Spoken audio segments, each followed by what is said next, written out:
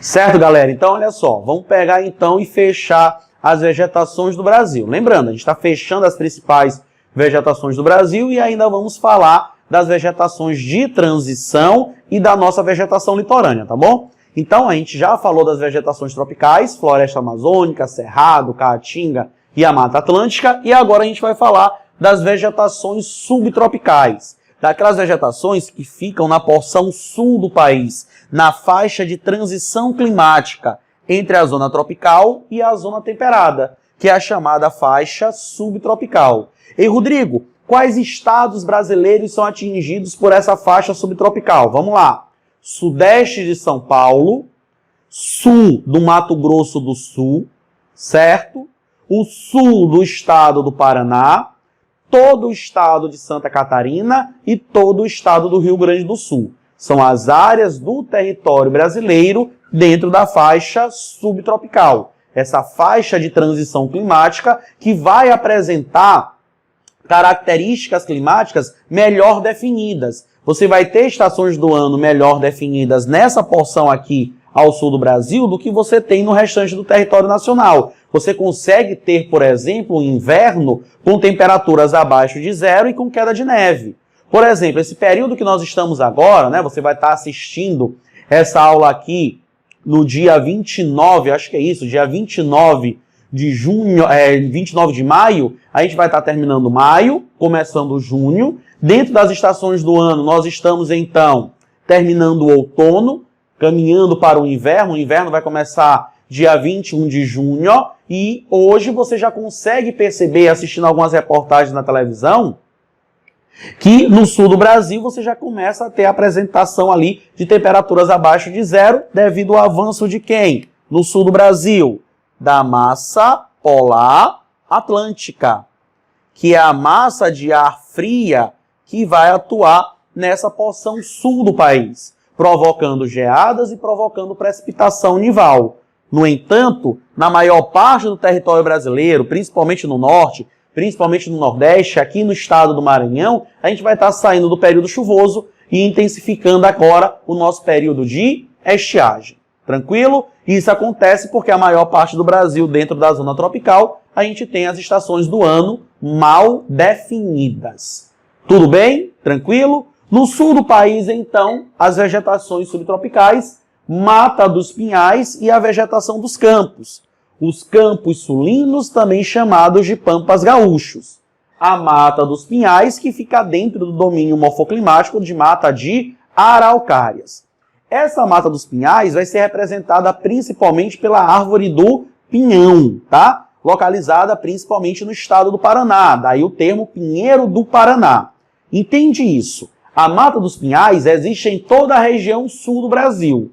Mas o estado que essa mata dos pinhais vai predominar é no estado do Paraná. Ela é uma vegetação que vai se adaptar a temperaturas mais baixas, por isso que é comum, dentro da região sudeste, dentro do sul do Brasil principalmente, em áreas mais altas, aumenta a altitude, diminui a temperatura, você encontrar essa mata dos pinhais ou mata de araucárias, tá? Quais são as características? É uma vegetação homogênea, baixa diversidade de espécies vegetais, com folhas perenes, você está em um ambiente úmido, então um ambiente sempre verde, e olha a particularidade dessas folhas. São folhas aciculifoliadas, folhas finas, em forma de agulha. Isso é uma adaptação da vegetação para poder suportar o peso de quem? Da neve. Quando você está estudando lá a fisiologia vegetal, você vê que as plantas possuem essa capacidade de uma adaptação ao ambiente climático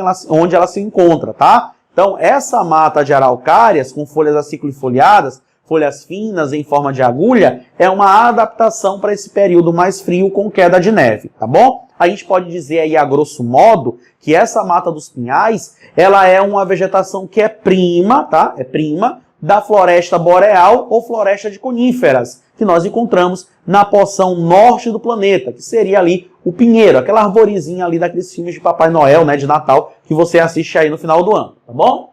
É uma vegetação aberta e dentro de um clima subtropical. E olha a característica marcante do clima subtropical, lembra?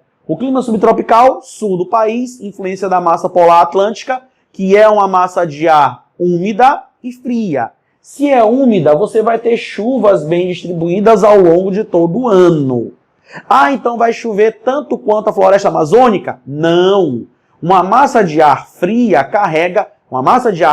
e úmida carrega menos umidade se comparada a uma massa de ar quente e úmida. Lógico, uma massa de ar quente você tem um maior processo de evapotranspiração.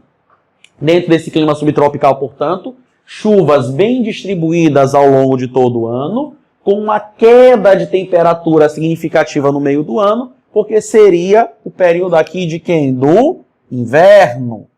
No meio do ano, aqui em 21/6, tá? Lembrando que essa mata dos pinhais, ela foi intensamente desmatada, principalmente ali no final do século XIX e início do século XX, porque é o período ali que você vai ter a substituição da mão de obra afrodescendente pela mão de obra do imigrante europeu, principalmente o alemão, principalmente o italiano, que vai ocupar o sul do país devido às semelhanças climáticas com a Europa, e a maior parte das casas vão ser construídas com a estrutura de madeira extraída dentro dessa vegetação, tá? No extremo sul do país, no Rio Grande do Sul, e aí cabe o mesmo raciocínio. A vegetação de campos existe em toda a região sul do Brasil, mas principalmente no estado do Rio Grande do Sul. Características: vegetação homogênea, baixa diversidade de espécies, é representada principalmente por quem? Pelas graminhas, tá? Pelas graminhas. É uma vegetação herbácea, uma vegetação rasteira, uma vegetação de fácil acesso, uma vegetação aberta também dentro desse clima subtropical. E aí vamos para a característica que já caiu na prova da UEMA sobre os campos.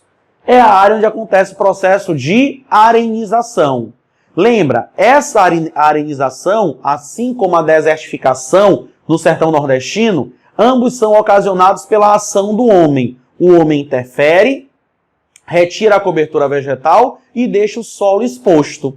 A diferença é que no sertão nordestino, a desertificação, você vai ter um solo pedregoso. No sul do Brasil, quando você retira a cobertura vegetal, você vai acabar tendo a formação de um solo mais arenoso. Daí o termo arenização. Mas por que isso? Porque no sertão nordestino você tem o predomínio de um intemperismo físico, que provoca a desagregação do solo, que seria justamente essa formação das pedras. Já no sul do Brasil, com predomínio do intemperismo químico, com grande umidade, você tem uma decomposição desse solo, a formação de pequenos sedimentos, de pequenos grãos de areia, formando dessa forma imensos areais. A grande área de arenização no sul do Brasil fica no Rio Grande do Sul, na cidade de Alegrete, onde se forma o que é denominado de deserto de São João. Lembrando, não é um deserto clássico, é apenas um imenso areal. Ok? Fechamos aí todas as vegetações, as principais vegetações que existem dentro do território brasileiro. A gente pega e vai agora para as nossas áreas de transição, ok?